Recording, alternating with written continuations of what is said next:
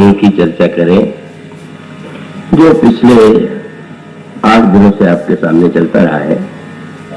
जो लोग पूरे दिन नहीं आ पाए होंगे वे भी कुछ न कुछ उसका एक अर्थ और स्वरूप ग्रहण कर सके, ऐसी चेष्टा की जाए। तो ये जो प्रसंग है यह अशोक वाटिका का प्रसंग है। रामचरितमानस में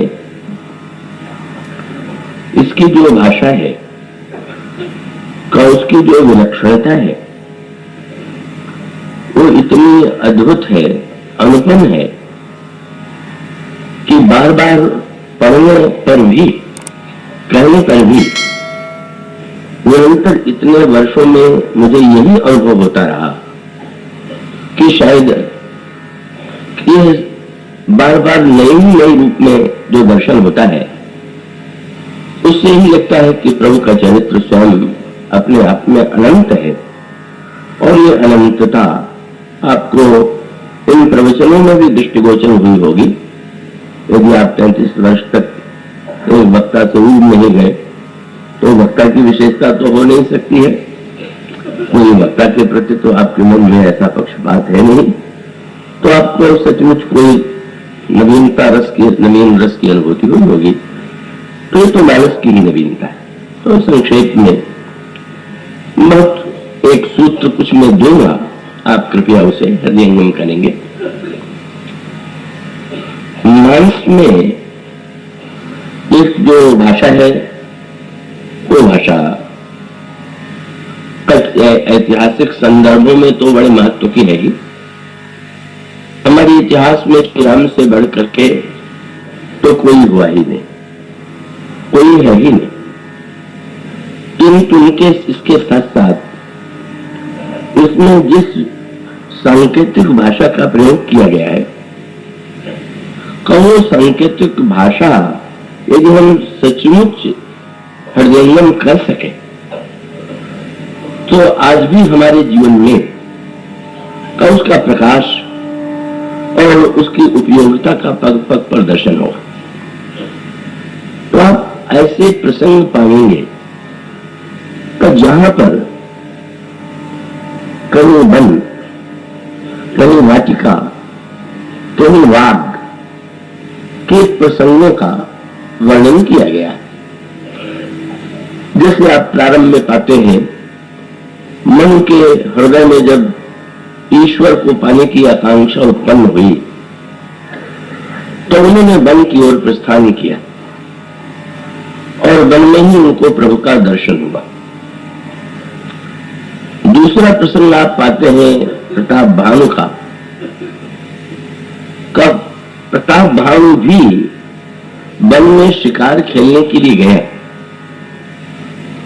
और उसी का परिणाम कुछ ऐसी परिस्थितियां बनी, ये जो मन वन में जाकर के अगले जन्म में दशरथ बन गए तो प्रताप भानु अगले वन में जाकर के अगले जन्म में दशमुख बन गए। दोनों वन की यात्रा करते और एक वन में दशरथ बनने की भूमिका है और दूसरे वन में दशमुख के रूप में परिवर्तित होने की भूमिका है। और ये क्रम फिर क्रमशः आगे बढ़ता जाता है। भगवान श्री राम अवतरित होते हैं और अवतरित होने के बाद वन में निवास करने वाले महर्षि विश्वामित्र यज्ञ की रक्षा के लिए भगवान राम और श्री लक्ष्मण को मांग करके ले जाते हैं और वो उनका यज्ञ जो है पूरी तरह से सुरक्षित होकर के पूरा होता है। इसके पश्चात भगवान राम श्री लक्ष्मण जनकपुर में पधारते हैं और वहां महाराज श्री जनक की वाग में, उसके लिए 2 शब्दों का प्रयोग है, वाग और वाटिका का, वहां जाते हैं और पुष्प चुनते हैं और यहीं पर श्री सीता जी और भगवान राम का प्रत्यक्ष परिचय न दिखाई देने पर भी एक परिपूर्ण मिलन होता है, ऐसा और फिर आपको फिर जो लीला का विस्तार मिलेगा, भगवान राम फिर जब विवाह के पश्चात लौटते हैं तो अनेक वर्षों के बाद अयोध्या से वन की ओर प्रस्थान करते हैं। 14 वर्ष वन में रहने के लिए उनको आज्ञा दी गई है और वन के निवास को भी उन्होंने 2 भागों में बांट दिया। पहले वे चित्रकूट में रहे और बाद में दंडकारण्य में रहे। तो इस तरह से श्री राम के, भगवान राम के चरित्र में ये जो वन वाटिका या वाग है का अनेक रूपों में हमारे सामने आते हैं। और फिर ये प्रसंग जो है उसकी ही चरम परिणति है जब रावण जनक नंदिनी सीता का हरण करके ले आता है और उनको अशोक वाटिका में, उसके लिए भी 3 शब्दों का प्रयोग किया गया है। इसको उपवन भी कहा गया, तह अशोक उपवन जह अहि, और उसके लिए बाघ शब्द का गोस्वामी जी कहते हैं हनुमान जी फल खाए से तब तोड़ ही लगा। हनुमान जी बाग में प्रविष्ट हुए और फल खाए और वृक्षों को उन्होंने तोड़े। ये जो वन और वाटिका के संदर्भ है तो बड़े महत्व के, उनका बहुत विस्तार से विश्लेषण करना उपयुक्त तो नहीं होगा। गोस्वामी जी ने संकेत इस अर्थ में चुना कि ऐसे लगन जब है तो लगन में तो आपको मार्ग चुनने में सरलता होती है और आप चाहे पट्टिका के द्वारा या दूसरों के द्वारा सही मार्ग पर जा सकते हैं। पर वन की समस्या ये है कि वन में का वहां तो सहन वन में मार्ग ढूंढना अत्यंत कठिन हो जाता है। जहां तक वाटिका का संबंध है वहां पर भी मार्ग मिल जाता है, क्योंकि वाटिका जो है वो व्यक्ति के द्वारा निर्मित है और उस वाटिका में क्यारियां बनी हुई है, चारों ओर मार्ग बने हुए। बाघ और उसके बाद उपवन और वन में तो वन तो उस स्थिति के वन का अभिप्राय है जहां पर मार्ग ढूंढना अत्यंत कठिन हो। अब गोस्वामी जी उसे व्यक्ति के जीवन से इस रूप में जोड़ते हैं कि हमारे आपके जीवन में बहुत बार ये प्रश्न आता है कि हमें किस मार्ग का चुनाव करना चाहिए, कौन सा मार्ग हमारे लिए उपयुक्त है। और तब गोस्वामी जी ये कहते हैं कि इसका अर्थ है कि हम किसी न किसी वन में रह रहे हैं। तब इसका अभिप्राय यह है कि आप शरीर से तो भले ही नगर में हो, पर आप स्वयं किस वन में हैं और उन वनों का वर्णन करते हुए, उन वाटिकाओं का वर्णन करते हुए मानो वे हमें आपको संदेश दे देते हैं। अगर इस वन में जाएंगे तो इसका परिणाम ये होगा, इस वन में जाएंगे तो इसका परिणाम ये होगा। तो संक्षेप में गोस्वामी जी ने 2 स्थितियों का वर्णन किया। एक तो उन्होंने ये कहा कि प्रेमियों के चरित्र में भी आपको ऐसा मिलेगा कि प्रेमी को मार्ग नहीं दिखाई दे रहा। चित्रकूट के वन में श्री भरत की भी स्थिति यही है और श्री भरत को मार्ग दिखाने के लिए जिन निषाद राज का उन्होंने वर्णन किया है, जिनके मार्गदर्शन में वो चल रहे हैं, वे आगे चलते हुए श्री भरत को मार्ग दिखाते चल रहे थे। लेकिन वहां भी एक प्रश्न टूट रहता है, मार्ग दिखाने वाला भी भटक गया। सखी स्नेह दिवस मन भूला। सुशील जी के प्रसंग में भी आपको यही मिलता है। उनको भी वे भी मार्ग का निर्णय नहीं कर पाते हैं। दिशि और विदिश पंथ नहीं सूझा और को मैं चलन कहा नहीं बूझा। तो एक तो स्थिति प्रेमियों की है कि जिनके जीवन में ऐसा दिखाई देता है कि उन्हें मार्ग नहीं दिखाई दे रहा, और उससे बड़ी संख्या उन लोगों की है जो किसी दूसरे प्रकार के वन में भटक रहे हैं। अब उन वनों की संख्या तो बहुत बड़ी है। गोस्वामी जी कहते हैं कि भयंकर नाना, गोस्वामी जी से किसी ने कह दिया कि चलिए रामचरितमानस को आपने इतना सुगम बना दिया कि प्रत्येक व्यक्ति इसमें स्नान कर लेगा। गोस्वामी जी ने कहा ये न समझ लीजिएगा, इस मार्ग में सचमुच वन भी है, नदियां भी है, पर्वत भी है। जब इनको पार करेगा तो इस कथा को सुन सकेगा। तो उनसे पूछा गया वन कौन सा है? उनका वन बहुत विषम, मोह, मद माना, अभिमान का वन, मद का वन, मोह का वन। और इन इसका अभिप्राय यह है, अगर हमारे अंतःकरण में मोह है, मद है या मान है तो हम उस कथा तक पहुंचने में सक्षम नहीं होंगे। वो स्वामी जी ने कहा नदियां भी है। नदी क्या है? बोले नदी कुतर्क भयंकर मान। कई लोग इतने तार्किक होते हैं कि कथा में भी बैठते हैं तो पूरी देर तक यही देखते रहते हैं कि बस बच्चा व्याकरण की दृष्टि से कहा शुद्ध बोला या क्या उसने ठीक नहीं कहा। तो वो उन्होंने कहा कि वो नदी भी ऐसी है कुतर्क की कि जिसको पार करना कठिन है। और उन्होंने कहा पर्वत भी बहुत बड़े बड़े। पर्वत कौन है? बोले गृह कारण नाना जंजाला कई ऐसी दुर्गम शैल विशाला। अब घर का कामकाज ही पर्वत बन करके मार्ग रोक के खड़ा हुआ है। इतने के बाद कहीं व्यक्ति जब पहुंचे तो कहीं को राम कथा का रास्ता स्वाद मिलता है। तो यहाँ ये तीन वन जो है विषम मोह मदमाना। तो वो आगे चल करके कहते हैं संशय विपिन अलग स्वरण्य। तो ये कह लीजिए कि जब हमारे हृदय में मोह का उदय होगा तो भी हम भटक जाएंगे, हम सही निर्णय नहीं कर सकेंगे। हमारे अंतःकरण में मद होगा। मद शराब के संदर्भ में भी कहा जाता है, तो आपने देखा होगा कि शराब का अगर नशा तेज हो जाए तो अच्छे खासे बड़े व्यक्ति भी वो खड़ा करके गिरते दिखाई देते।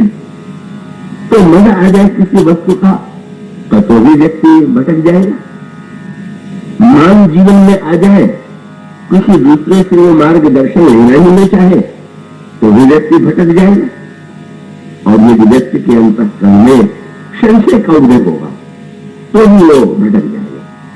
तो ये भटकाने वाले वन जो है ये हमारे आपके अंतःकरण की वृत्तियां ही है। और इन वनों में से किसी न किसी वन में अधिकांश व्यक्ति भटक रहे हैं। और उस वन में उसका अभिप्राय कल संकेत किया गया था, केवल इतना ही सूक्ष्म संकेत कि प्रताप भानु वो महत्वाकांक्षा मान का जो वन है उस वन में गया और उस वन में इस प्रकार से भटका कि वो भटक करके करो स्वाभाविक रूप से अंत में भूखा प्यासा, और भूखा प्यासा राजा उसको वन में मिला भी कोई मार्गदर्शक तो कपट मिल भी मिला। वो एक प्रमाण की एक संकेत। अगर हम ठगे जाते, अगर हमें सही मार्गदर्शक नहीं आता तो ये उलाहना देना कि आज के युग में महात्मा नहीं है, मार्गदर्शक नहीं है, ये सही है। सचमुच हम मार्गदर्शन के लिए जैसे हम मार्गदर्शन चाहेंगे वैसे व्यक्ति से हमारी भेंट होगी।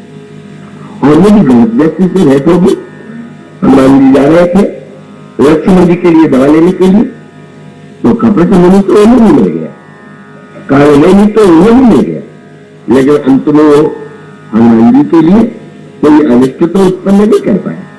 हनुमान जी ही उसको दंड दे करके अपने मार्ग पर आगे बढ़ते जाते।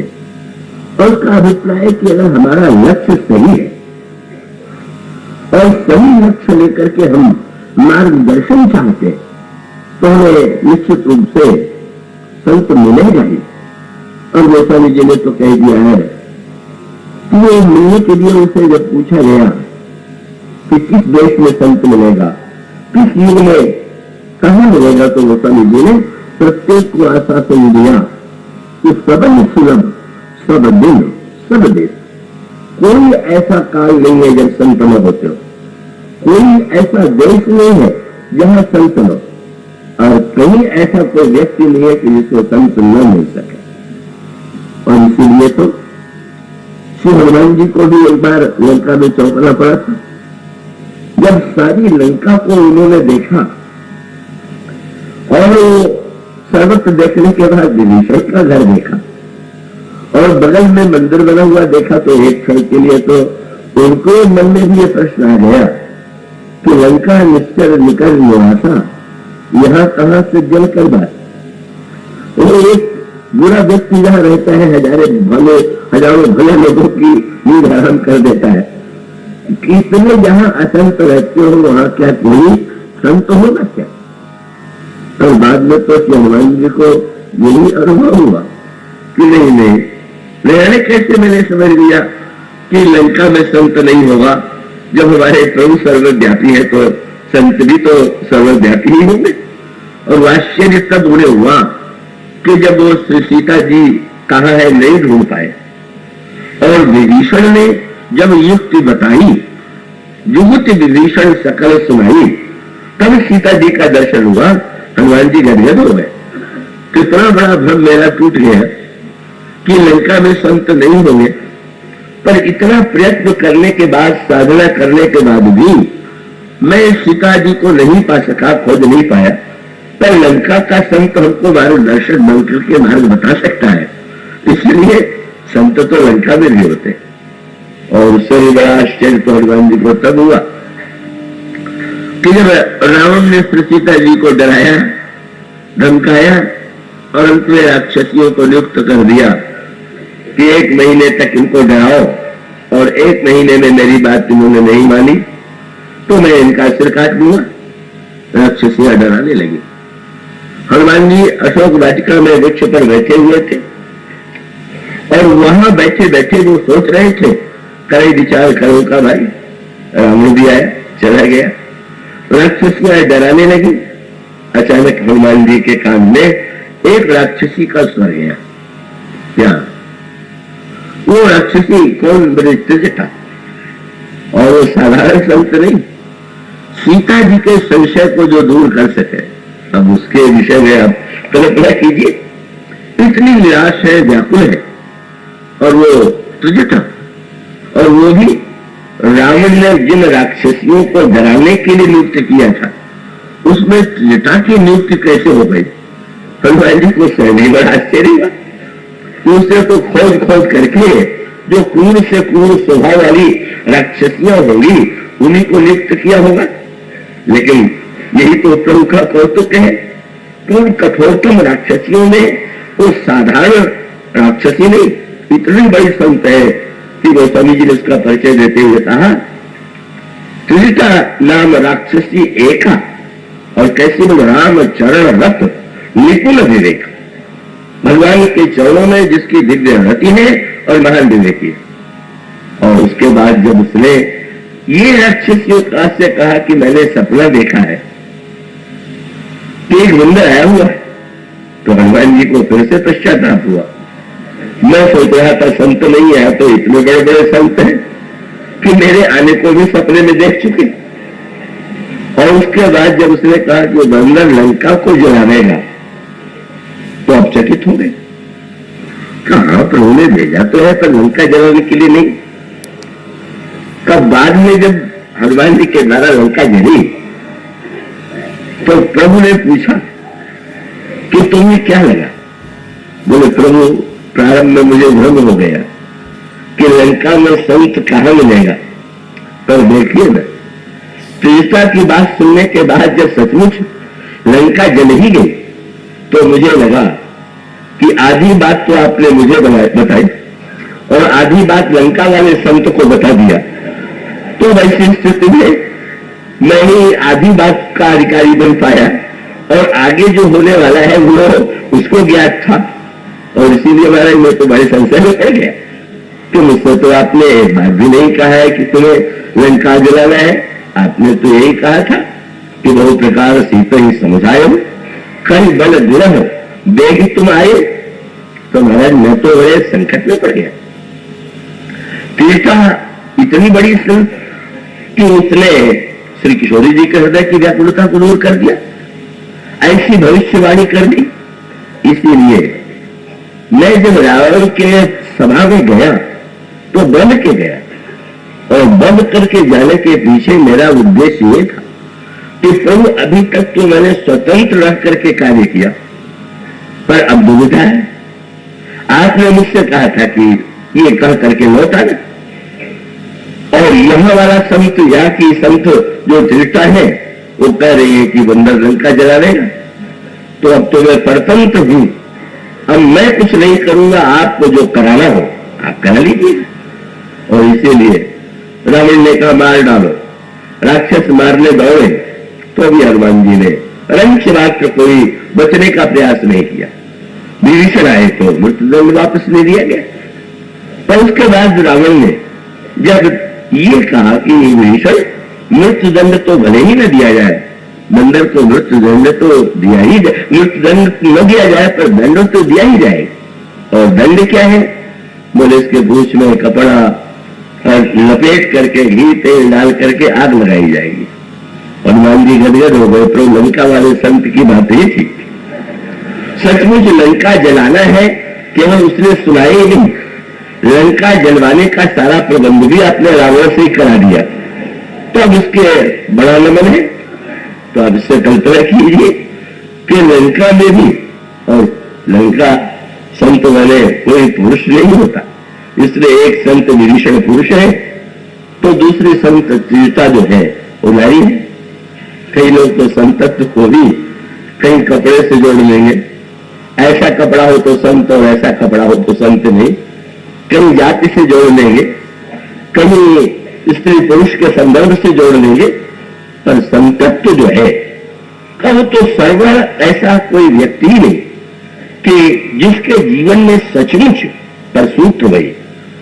हनुमान जी को लंका में संत इसलिए मिल गया कि उनके मन में भक्ति को पाने की, सीता जी को पहुंचने की, सीता जी तक पहुंचने की इच्छा थी। तब अगर आपके और हमारे जीवन में भक्ति को पाने की सचमुच आकांक्षा है तो हमें संत मिल जाएगा।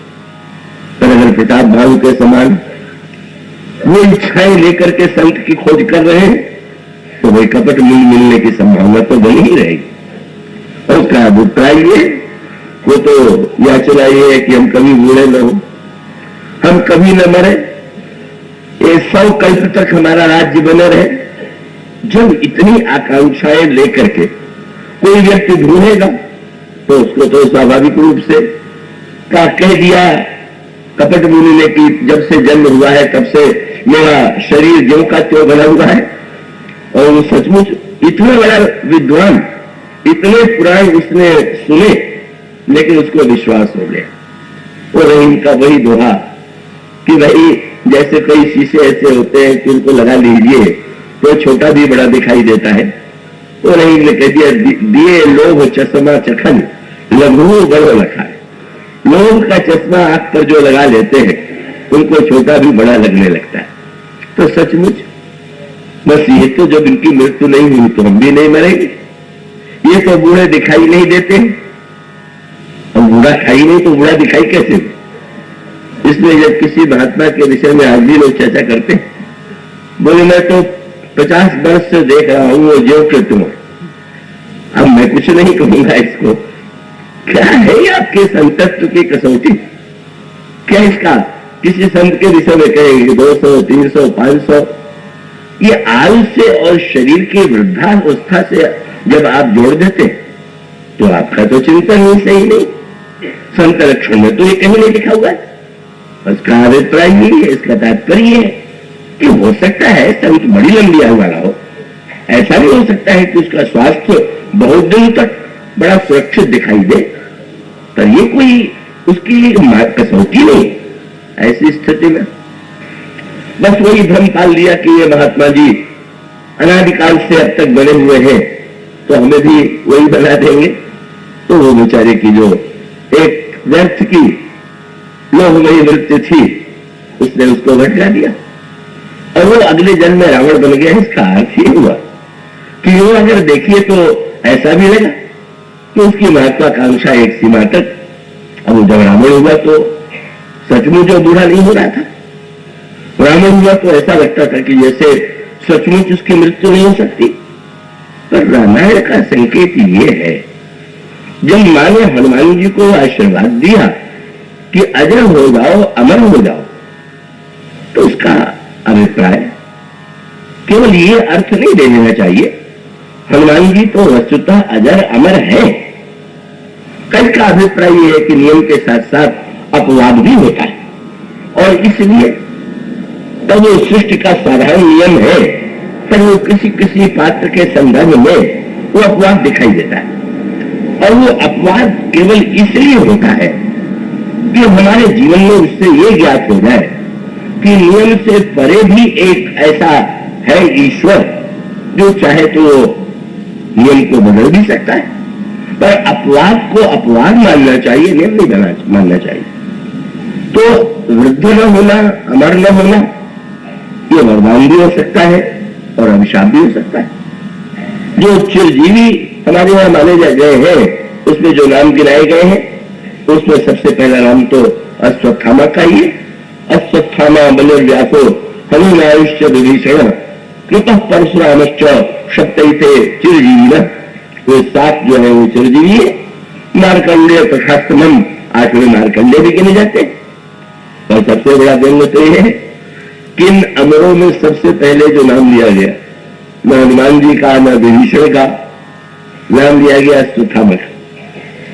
पैसा अभागा वो अमर है जिसका वर्णन ये कह करके दिया गया कि वो जीवित रहता हुआ भी निरंतर सिर की पीड़ा से संतुष्ट रहता है। अकेला, उसको कोई नहीं जानने वाला। महाभारत में यही आया है कि महाभारत समाप्त होने के बाद भी उसको अभिशाप मिला हुआ है और भटकता रहता है। कई लोग कहते हैं मुझे मिला या नहीं मिला, तो उसका संकेत मालूम ये है कि ये नहीं समझ लेना चाहिए कि अमरता कोई वरदान नहीं है। अश्वत्थामा की अमरता तो बेचारे के लिए इतना बड़ा अभिशाप, वो केवल दुख ढो रहा है, अभिशाप ढो रहा है।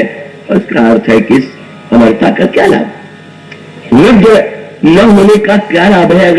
अगर कोई व्यक्ति जो है वृद्ध न होकर के निरंतर भोगों में ही डूबा रहे, का निरंतर वो भोगों का रस ही लेता रहे, तो वृद्धावस्था का न होना यह अमरता तो जीवन के लिए अभिशाप भी बन सकता है। तो रावण के संदर्भ में तो विभीषण ने इसी शब्द का प्रयोग किया कि महाराज नाथ तरह रावण के जागा, रावण की यज्ञ कर रहा है, क्या होगा? बोले सिद्ध भय नहीं मरी। नहीं मरी तो बहुत बड़ी बात, बोले नहीं मरी अभागा। अभागा वो मरेगा भी नहीं।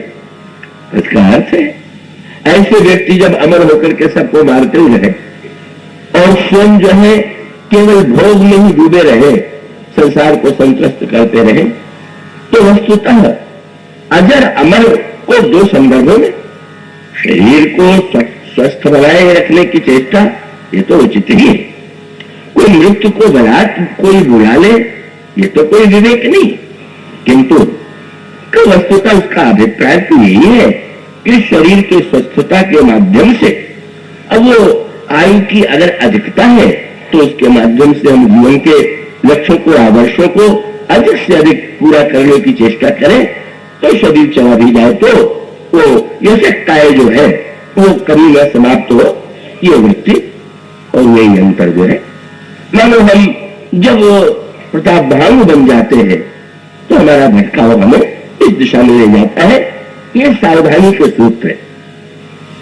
और फिर भगवान को यदि पाना है तो वो मन जिस वन में है, वो वन जो है जिसमें गोमती नदी में स्नान किया जाता है, कथा सुनी जाती है, सत्संग होता है, तो इसका अभिप्राय कि जब कभी जीवन के विषय में जिज्ञासा हो तो हम महात्माओं के संग में जाएं और महात्माओं के संग में जाकर के उनसे पूछे, मार्गदर्शन प्राप्त करें, जैसा मन में प्राप्त किया और अंत में भगवान को पा लिया। तो ये जो साधना के क्रम है वो रामायण में इन पक्षों के द्वारा बताए गए। और इसी प्रकार से महाराज श्री जनक ने जो वाटिका या बाग लगाया है, समय जल सिंचत लोचन चारु, प्रेम की साधना जब प्रारंभ होती है तो मानो वाटिका लगाई गई, और वाटिका में जैसे जब आप पौधे लगाते हैं तो उसको जल से सींचते हैं, इसी तरह से अगर आप चाहते हो कि हमारे जीवन में वो वाटिका बने कि जिस वाटिका में प्रभु पधारे, तो आइए वो लगा करके, वो बीज डाल करके और उसको सींचिए। मीरा जी ने ऐसा सुंदर वर्णन किया कि वो आंखों में आंसू बहाते हुए उसे पूछा गया कि आप आंसू क्यों व्यर्थ बहा रही है, तो उन्होंने यही कहा कि आंसू में जल सींची सींची प्रेम बेल होए।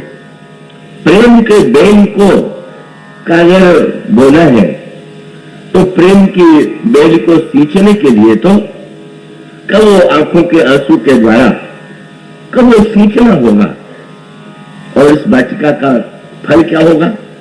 बोले अब तो बेल फैल गई, अमृत तो फल हुई। इसी आंसू के द्वारा प्रारंभ में जब भक्त आंसू बहाता है, व्याकुल होता है, उसी का फल होता है ईश्वर के दर्शन की प्राप्ति। ऐसी वाटिका लगी हुई थी का जनकपुर में, और उसी वाटिका में का भगवान श्री राम जो है पुष्प चुनने के लिए आते, पुष्प लेने के लिए आते, और इसी भावमयी वाटिका में, विदेह की वाटिका में, ये वाटिका विदेह की वाटिका है, और इस विदेह की वाटिका में जो दिव्य मिलन हुआ उसका अभिप्राय ये है कि हमने मान लिया है कि मिलन का अर्थ है देह का मिलना, लेकिन इस विदेह वाटिका में जो मिलन बताया गया वो मिलन दिखाई देता है कि श्री सीता जी ने श्री राम से भी एक वाक्य नहीं कहा, श्री राम ने भी श्री सीता जी से कोई वाक्य नहीं कहा, और इतना होते हुए भी वो एक मिलन की पराकाष्ठा हो गई। यह भी वस्तुतः प्रेम की, अनुराग की वह वाटिका है जो भक्ति देवी के नगर में, महाराष्ट्र विदेह के नगर में लगाई गई है। और वो वाटिका ही नहीं है, बाग भी, उसके सांकेतिक क्रम है। वाटिका में केवल फूल ही फूल है और बाग में उसके साथ साथ वृक्ष भी लगे हुए हैं। तो भगवान श्री राम इस जिस अनुराग की वाटिका में पधारते हैं, उस अनुराग की वाटिका में ही सुमन लेने के लिए प्रभु आते हैं। तो भक्तों का मन जहां सुंदर उन्हें दिखाई देता है, उसमें सौरभ दिखाई देता है, प्रभु बिना निमंत्रण के ही वहां पहुंच करके उन सुमनों का संग्रह करते हैं। यह है इस वाटिका की विशेषता। चित्रकूट जो है वो तो प्रेम की पराकाष्ठा है, वाटिका बाग नहीं है। चित्रकूट में जो है तो वाटिका बाग न होकर के बन है। राम कथा मंदाकिनी चित्रकूट चित्त चारु, तुलसी सुरग स्नेह बन, सिय रघुवीर बिहार। और इसका अभिप्राय कि प्रेम की वही उच्च स्थिति का जहां पर साधन की कोई अपेक्षा नहीं रह गई। जैसे वाटिका में बहुत सावधानी, बाग में भी सावधानी, पर वन में तो वो तो एक सहज रूप से चारों ओर पर व्याप्त है, ये प्रेम का बन है। और बन है तो यहां पर भी मार्ग ढूंढना तो बड़ा कठिन है।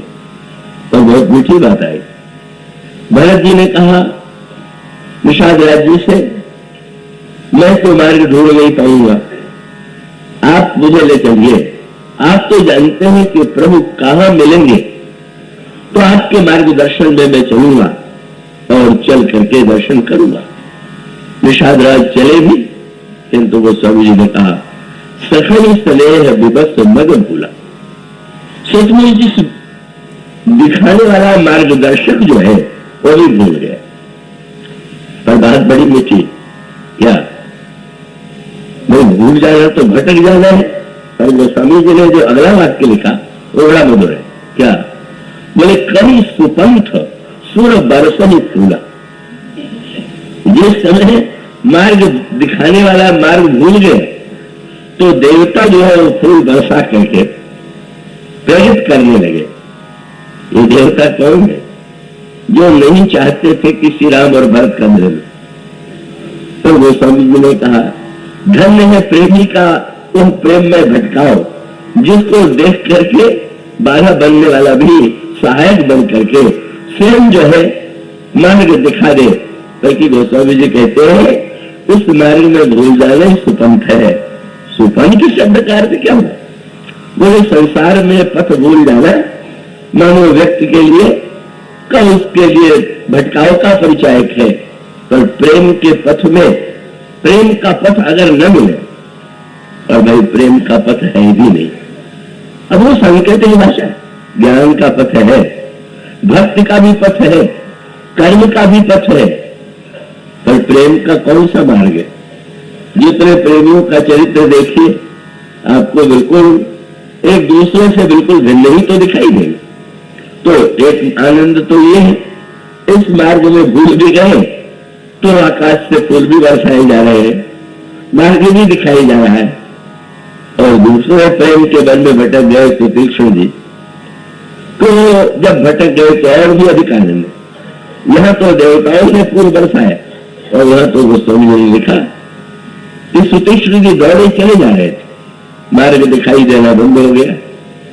मार्ग दिखाई देना बंद हुआ तो बीच में बैठ गए और तब लिखा हुआ है तो भगवान श्री राघवेंद्र जो है स्वयं खोजते हुए चल पड़े।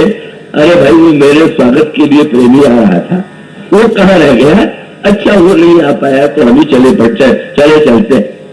तो ये भटकाव तो बहुत अच्छा है कि जहां जिससे मिलने के लिए जा रहे हो उससे नहीं मिलने के लिए बेचैन होकर के चला आवे। ये मन जो है ये प्रेम के वाटिका मन के विभिन्न पक्ष है, किंतु यह जो मन है दंडकारण्य का जो मन है ये संशय का बन है। इसी संशय के बन में श्री सीता जी और भगवान राम का वियोग होता है।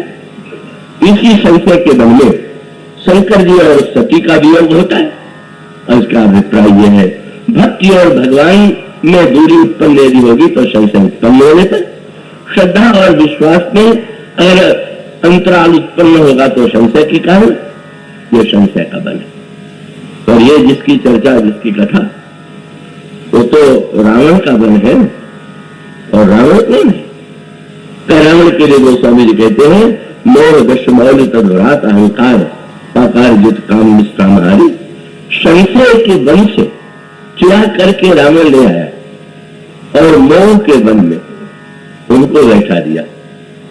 रावण की दायरे दुर्भाग्य ला करके बैठाया भी तो अशोक के नीचे। फिर सीता जी का प्रिय वृक्ष जो है वो तो वट है, चाहे चित्रकूट हो चाहे कहीं हो, सर्वत्र आपको वट मिलेगा। पर उस रावण के बाग में वट नहीं था। और हमारे की सांकेतिक भाषा है संशय की वाटिका, संशय के बन से ले आकर के वह जिस मोह के बल में ले आता है वहां वट कहां होगा? वट क्या है? बोले वट विश्वास अचल निर्धर्म। अचल विश्वास जो है, अगर वो श्री किशोरी जी को बैठाना नहीं चाहता था तो उसे तो वट वृक्ष के नीचे ही बैठाना चाहिए था। विश्वास के नीचे ही तो भक्ति देवी विराजमान होती है। बिनु विश्वास भगति नहीं और तेहि बिनु द्रवही न राम, राम कृपा बिनु सपने दीन जीवन लह विश्राम। इसलिए कोई कह सकता है कि अरे भाई न सही वट अशोक क्या है, कितना साहित्यिक नाम है, इतना अच्छा वृक्ष है। हाँ उन्होंने कहा नाम तो वहां अच्छा है, तो इस अशोक का अर्थ क्या हुआ? अशोक माने जो शोक दूर कर रहे। वो स्वामी जी ने कहा रावण की वाटिका का जो अशोक है उसका फल क्या है? वह तह अशोक उपवन जन अहई सीता बैठ शोक रत है। वो ये अशोक बन है कि जहां पर श्री सीता जी भी शोक में डूब गए। नाम का अशोक और जो सीता जी को शोक दे, ये दोनों वाटिकाएं परस्पर विरोधी। जनकपुर की वाटिका विदेह वाटिका है और ये लंका देह नगर है और देह नगर में ये मोह की वाटिका है। और मोह की वाटिका के कंस मूल में वो एक गोस्वामी जी का व्यंग्य ये है कि नाम की श्रेष्ठता वस्तुतः श्रेष्ठता नहीं, ये नाम और रूप तो दो उपाधियां हैं। कभी कभी मैं विचार करता हूं तो बड़ा आनंददायक लगता है। मैंने साहित्य में जो शब्द चुने गए का उपाधि पाने के लिए व्यक्ति गंगा व्यग्र रहता है। उपाधि जब किसी के सम्मान में कोई मिलता है, कोई चाहे वो किसी प्रकार का हो, तो वो समझता है कि वह धन्य हो गया। पर वो साहित्य की एक बड़ी अनोखी परंपरा है। क्या ये जो उपद्रव है उनके लिए भी उपाधि शब्द का प्रयोग किया जाता है। तो वह सुर करे उपाधि, सो भाई ये उपाधि जो है वो सचमुच उपद्रव ही है। चाहे जितना व्यक्ति बेचैन रहे, जब तक नहीं मिला रहता है तब तक बेचैन बनाए रहता है, जब मिल जाता है तो फिर वो तो सचमुच व्यक्ति को बेचारा जो है, वो स्वामी जी ने कहा एक उपाधि तो जीव के साथ लगी हुई है, और वो उपाधि है नाम और रूप की उपाधि। ये नाम ये रूप किसी ने पूछ दिया कि आपने महाराज जनक की वाटिका का तो कोई साहित्यिक नाम लिखा नहीं, और रावण की वाटिका का इतना साहित्यिक नाम। वो स्वामी जी ने उत्तर दिया, अरे भाई जनक की वाटिका तो विदेह की वाटिका है, रावण की वाटिका देह नगर में मोह की वाटिका है। नाम तो देह नगर में ही होता है, विदेह नगर में नाम कहाँ होता है। नाम का चक्कर न तो विदेह में है न विदेह के जीवन में है। और पुत्र का नाम तो अक्षय, वृक्ष का नाम तो अशोक, तलवार का नाम तो चंद्रहास, काम सारे उल्टे। और उस हनुमान जी का कार्य कितना कठिन था। हनुमान जी को जो भूमिका सौंपी गई, वो जो भूमिका है, तो कल में जो लोग कथा में थे उससे जोड़ सकते हैं।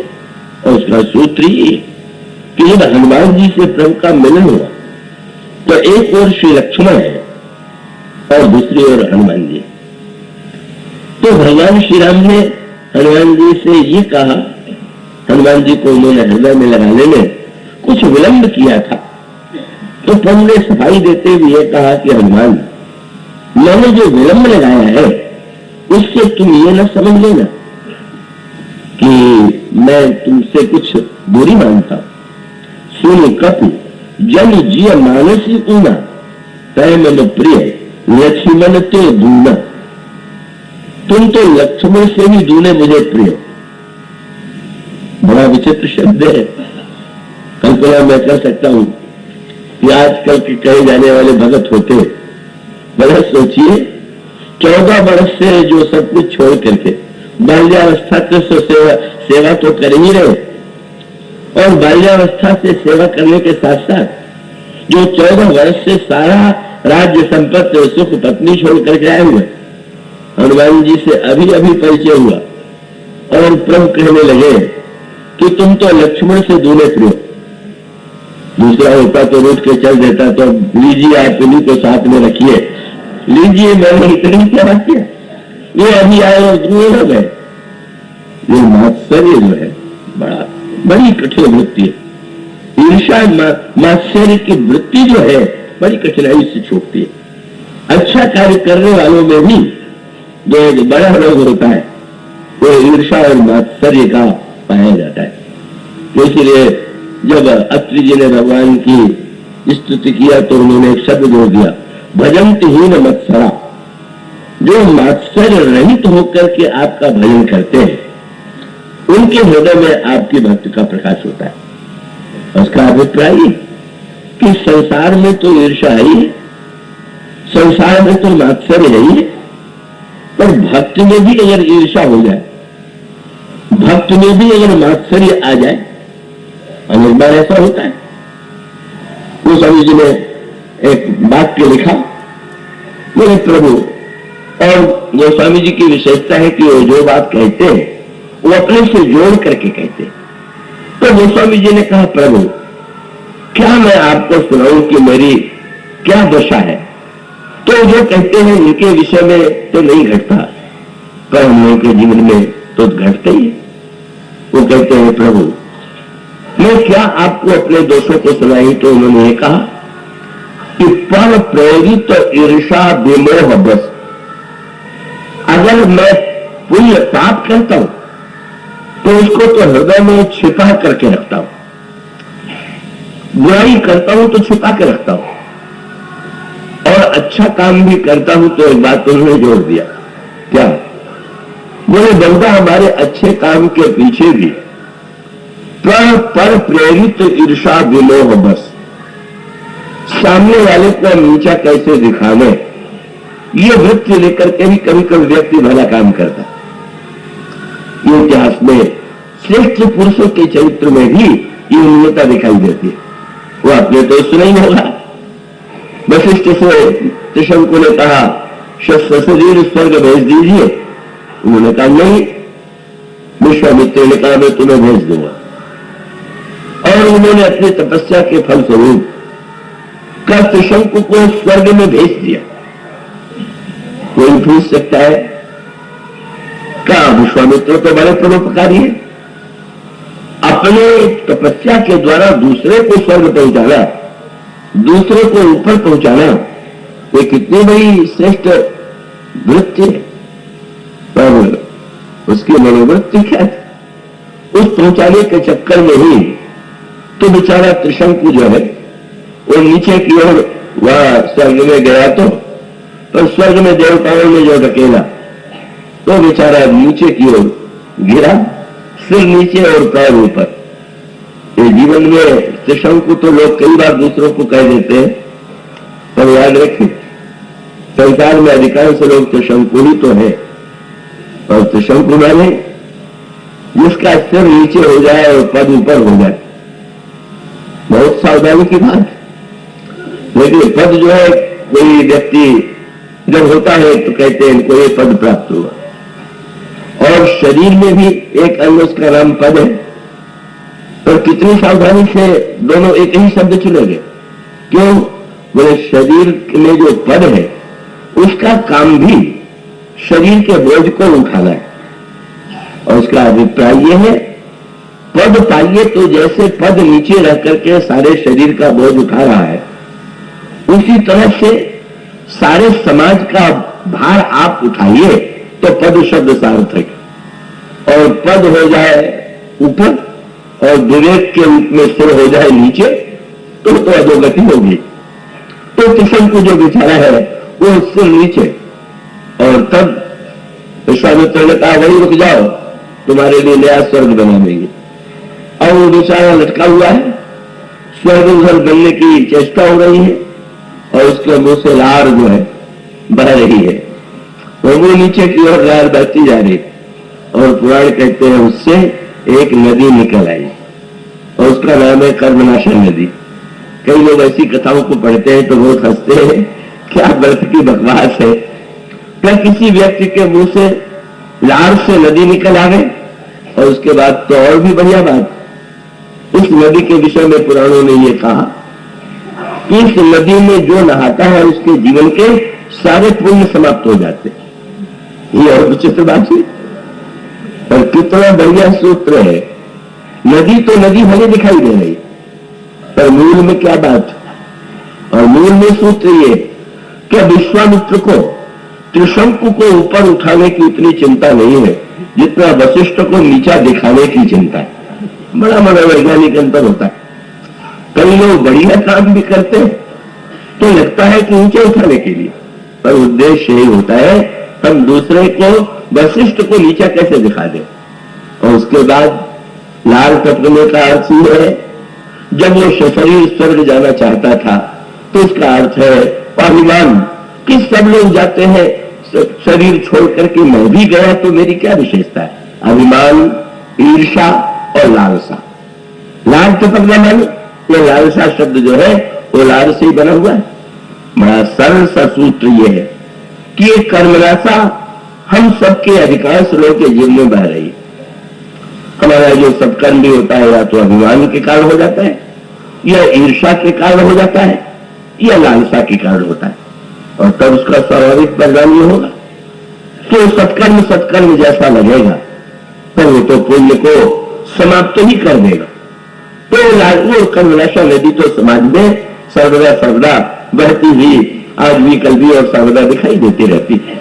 और वो व्यंग्यात्मक गाथा तो आपने सुनी है जो वास्तविक संस्मरण है। ये नदी तो अब भी है कर्मनाशा, बिहार उत्तर प्रदेश की सीमा पर वो विवाह निश्चित हो गया कर्मनाशा के उस पार।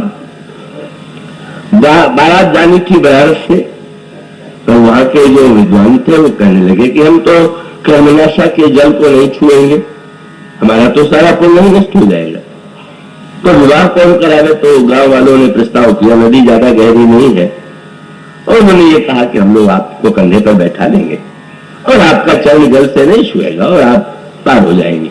कहा जाता है कि जब वो लेकर के चले तो उसमें एक बेचारे का पैर फिसल गया और वो जो ही गिरा तो जो सबसे बड़े विद्वान थे वही गिर पड़े। और उन्होंने, पर सच्चाई तो यही थी कि वो तो कर्मनाशा में पहले नहा रहे, जो ये चाहता था कि उसका स्वर्ग जाए और हमारा स्वर्ग बना रहे। ये जो वृत्ति है तो कर्मनाशा की वृत्ति है। तो बहुत बढ़िया बात है कि रामायण में बात बहुत अच्छी कही गई कि भाई यमुना तो पवित्र नदी और कर्मनाशा अपवित्र नदी। तो सूत्र क्या है? यमुना तो गंगा में मिल ही जाती है, पर कर्मनाशा की भी भौगोलिक स्थिति है कि वो भी अंत में गंगा में जाती है। कर्मनाश जल सुरसर करे सही को कहो शीश में भरी। तो मानो संकेत ये है कि वो लालसा अभिमान आदि की वृत्तियों को न भी छोड़ सके तो भक्त की गंगा में अपने का निवेदन कर दे, प्रभु हम मुझे भले ही नहीं छोड़ पा रहे हैं, पर आप कृपा करके इस हमारी वृत्ति को आप धन्य बनाने, हमारी लालसा हो तो आपके प्रति हो, और इस तरह से वो कर्मनाशा धन्य हो सकती है। तो ये ईर्षा और मात्सर्य की वृत्ति जो है वो अधिकांश व्यक्तियों के श्रेष्ठ कर्म को दूषित बना देती है। और धन्य है ये दोनों भक्त। हनुमान जी एक और, हनुमान जी फूल के कुप्पा नहीं हो गए, कह मैं तो इनसे दूर हूं, और लक्ष्मण जी को क्रोध नहीं आ गया कि मेरी इतनी सेवा रखी रह गई और ये बड़े बन गए मुझसे दूर, दोनों कर गए। बाद में प्रभु ने हनुमान जी से पूछा, हनुमान मैंने जब लक्ष्मण से दूर कहा तो तुम्हें कैसा लगा? हनुमान जी ने कहा, प्रभु आपने दूर कहा? मैंने तो स्पष्ट कहा, प्रभु आप तो नीति के इतने जानकार हैं कि कहीं दो व्यक्तियों की तुलना की जाती। सामने एक व्यक्ति खड़ा हो और उसी के मुंह पर कोई बुद्धिमान व्यक्ति कभी ये बोलेगा कि इनसे तुम अच्छे हो, तो साधारण व्यक्ति भी जो भूल नहीं करता आप कैसे कर सकते थे? आप तो मर्यादा के और नीति प्रीति पर हमारा स्वागत। तो मैंने जो कहा तुमने क्या अर्थ लिया? हनुमान जी ने यही कहा कि प्रभु मैंने ये सोचा कि आपके वचन रचना में बड़े निपुण हैं, तो शिष्टाचार ये है कि अगर एक और दो व्यक्ति खड़े हो और उसमें से एक व्यक्ति का एक व्यक्ति से परिचय हो तो मिलने के बाद वो अपरिचित व्यक्ति का भी परिचय कराता है कि है। तो प्रभु आपने मुझे हृदय से लगाने के बाद मेरी प्रशंसा नहीं किया, आपने तो लक्ष्मण जी का परिचय मुझसे कराया। परिचय क्या कराया? आप प्रशंसा यदि करना चाहते तो ये भी तो कह सकते थे कि हनुमान तुम प्राण से बढ़कर के प्रिय, पर आपने प्राण का नाम न लेकर के जब कहा कि लक्ष्मण से तुम प्रिय हो तो मैं समझ गया कि आप बताना चाहते हैं कि लक्ष्मण आपके प्राण हैं। इसलिए मैं तो बिल्कुल नमन मेरे हृदय में तो लगा कि प्रभु जिसे अपना साक्षात प्राण कह रहे हैं, जिनके बिना प्रभु का शरीर भी निष्प्राण है, वो तो हमारे लिए महानतम वंदनीय। पर लक्ष्मण जी से भी प्रभु ने पूछा, दूना शब्द सुनकर तुम्हें कैसा लगा? तो हंस करके लक्ष्मण जी ने कहा कि वैसे तो आप प्रशंसा में बहुत उदार है, आप किसको क्या कह देंगे मैं नहीं जानता, मुझे तो ऐसे ही अनुभव हुआ, पर पहली बार मुझे ऐसा लगा कि आपने सचमुच नाप तोल करके जब शब्द कहा तो हनुमान जी के संदर्भ में कहा, सचमुच हनुमान तो हर तरह से मुझसे दूने हैं ही, और आपने सचमुच तोला होगा तभी ठीक था। और हनुमान लक्ष्मण जी गिनाने लगे, बोले तो हर तरह से देखिए मेरे कारण ही श्री किशोरी जी का हरण हुआ और हनुमान जी के द्वारा इनका पता लगा, तो कितना अंतर। और हरण भी कब हुआ कि जब मां को मुझ पर अविश्वास हो गया, इतने वर्षों के बाद भी मरम वचन जब सीता बोला, और धन्य है आपने हनुमान जी को भेजा।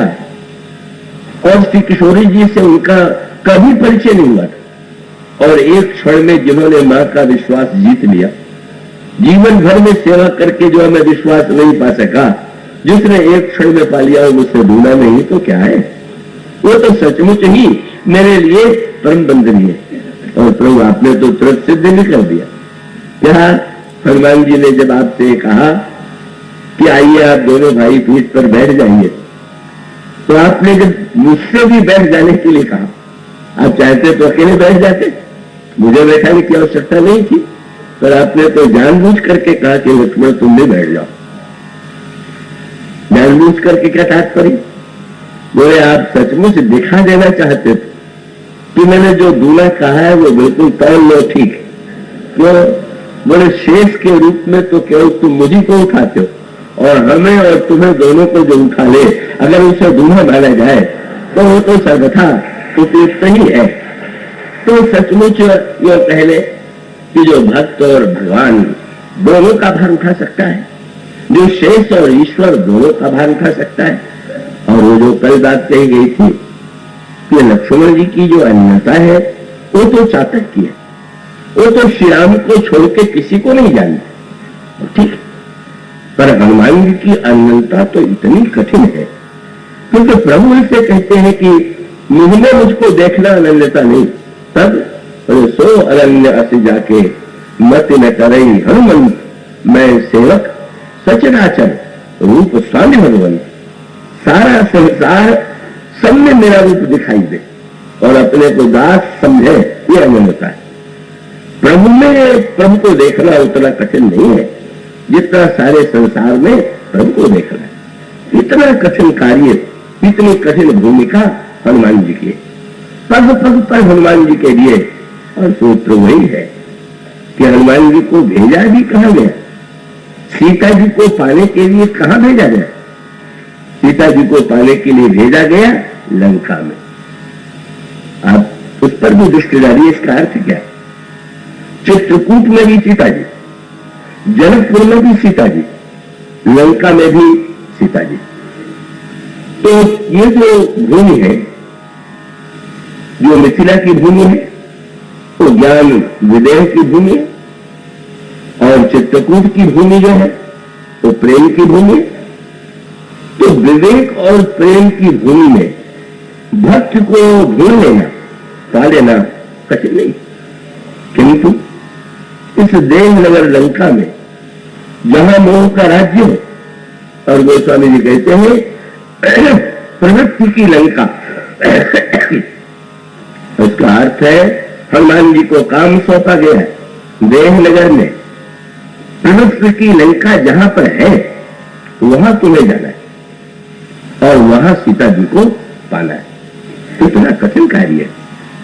निवृत्ति वैराग्य और ज्ञान की स्थिति में व्यक्ति तो भक्ति को पा ही लेता है, लेकिन जब हमारे जीवन में का प्रवृत्ति में जो हम सब रहते हैं, हम सब तो अयोध्या चित्रकूट मिथिला में कम ही रह पाते।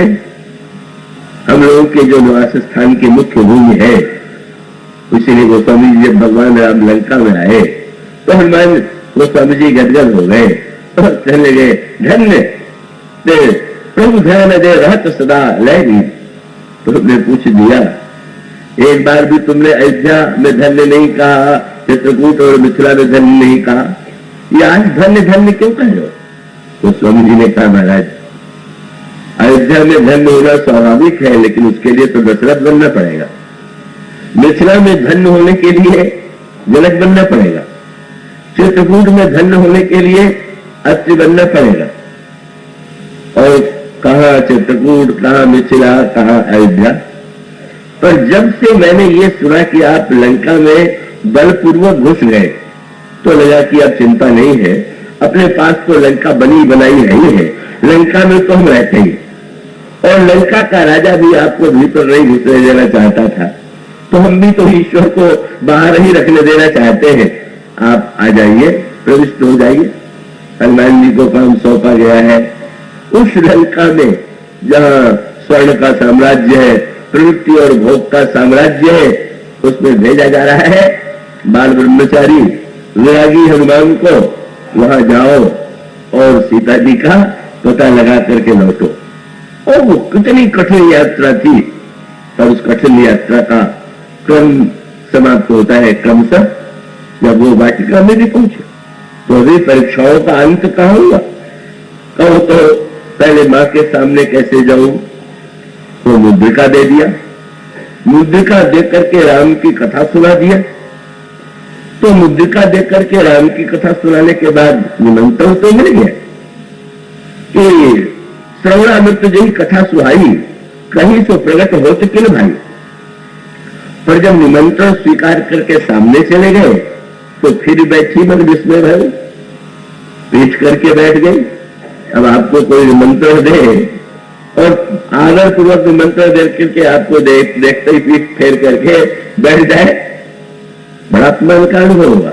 पर हनुमान जी की परीक्षा थी का सचमुच हनुमान जी को कैसा लगा? किसी कथावाचक का ऐसा इरादा हो उसे तो रख लेना देगा, पर हनुमान जी तो भजगम हो गए। मां आपने कैसे सुंदर कथा का अर्थ बता दिया। क्या आपने मुझसे जब आपने मुझे बुलाया और आप पीठ फेर करके बैठ गई तो आपने ये बता दिया कि सुंदर तो प्रभु की कथा है, कथावाचक तो बंदर ही है, देखने योग्य बंदर नहीं है, देखने योग्य सुंदर राम की कथा है। तो मां ने पीठ किए फिर वो प्रश्न कर दिया, तो तुमने कथा तो सुनाई पर नर बानर ही संग कहूं कैसे, मनुष्य और बंदर में संग कैसे हुआ? अब हनुमान जी ने जो कथा सुनाई थी वो आधी सुनाई थी, आरण्य कांड तक की कथा तो पूरी सुना दिया, पर किष्किंधा कांड वाली कथा बिल्कुल नहीं सुनाई, सुंदर कांड वाली भी नहीं सुनाई।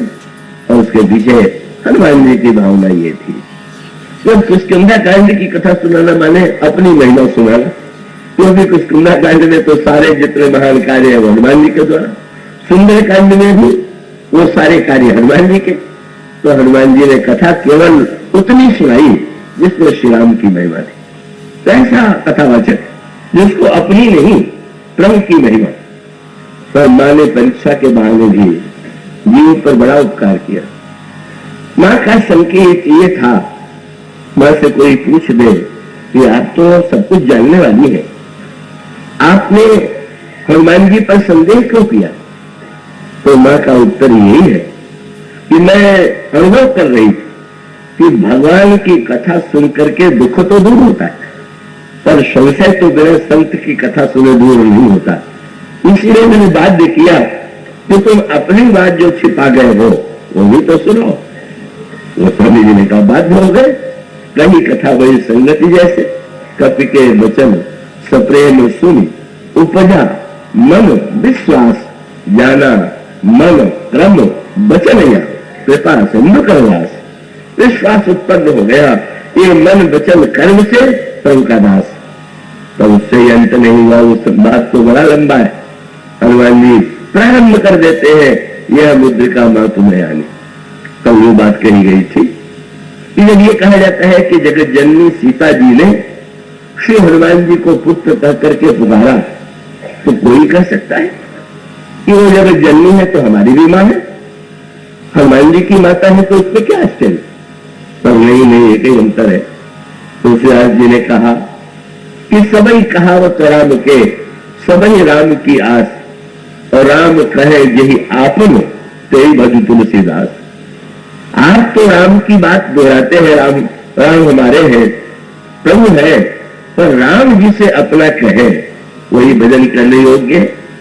वो हम लोग तो उनको मां कहे पर वो पुत्र तो कहे, और कहे कैसे? हम लोग तो नकली स्वर में मामा कह करके पुकारते, पर हनुमान जी की पुकार सचमुच ऐसी थी कि अंत में मां के मुंह से वह शब्द निकल गया जिसके लिए व्यग्र थे, और वो व्यग्रता समाप्त हुई जब मां ने प्रसन्न होकर के आशीर्वाद दिया, हनुमान पुत्र तो कही दिया, और पुत्र होने के बाद तुम अजर हो जाओ, अमर हो जाओ, शील गुण आ जाए, और अंत में कह दिया प्रभु तुमसे प्रेम करे।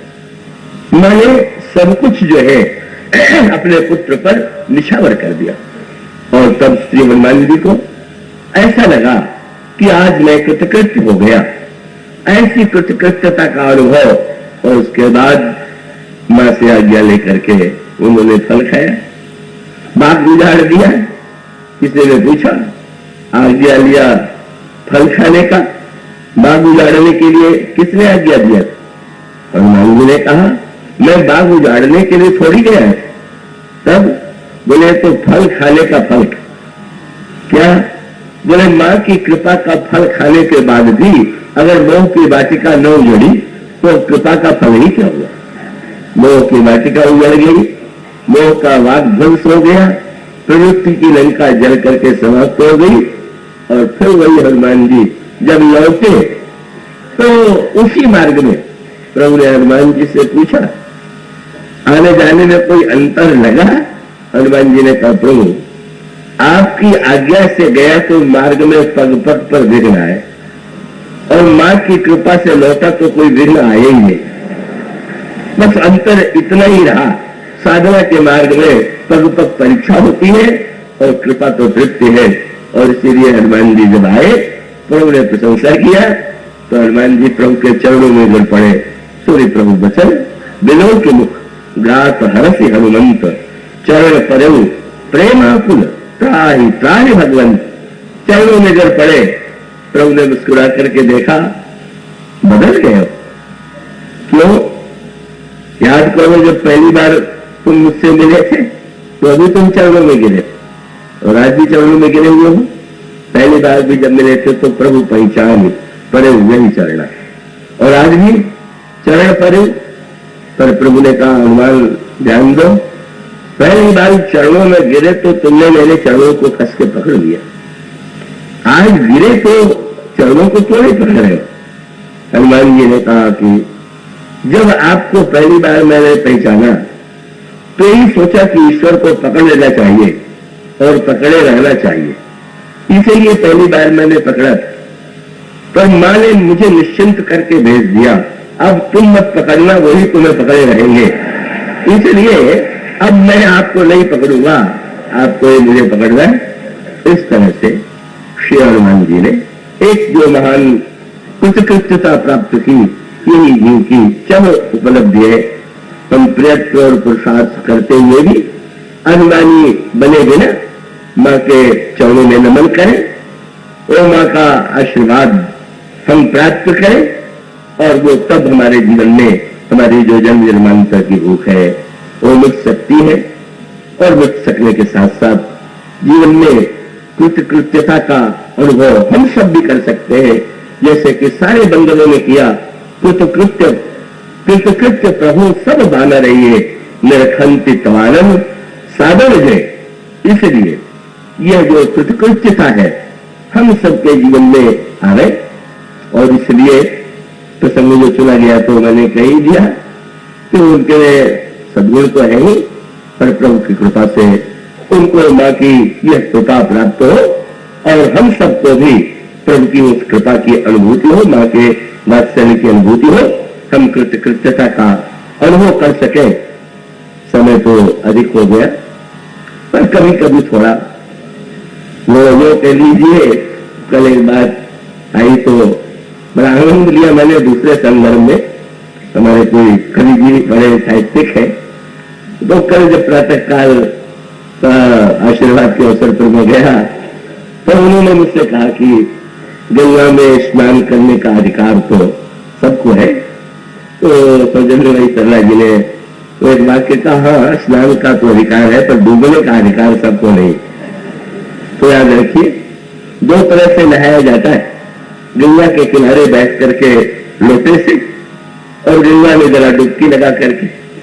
तो जब तक घड़ी के लोटे से नहाया जाए तब भी नहाना है, पर चलिए आज जरा उस लोटे को छोड़ करके डुबकी लगा ले हम लोग, और प्रभु की कृपा रस का अनुभव करें। इन शब्दों के साथ प्रभु के चरणों में ये निवेदन है, जहां सुनाम भव भेषज हरण घोर त्रैशूल, सो कृपाल पर रहु सदा अनुकूल सिया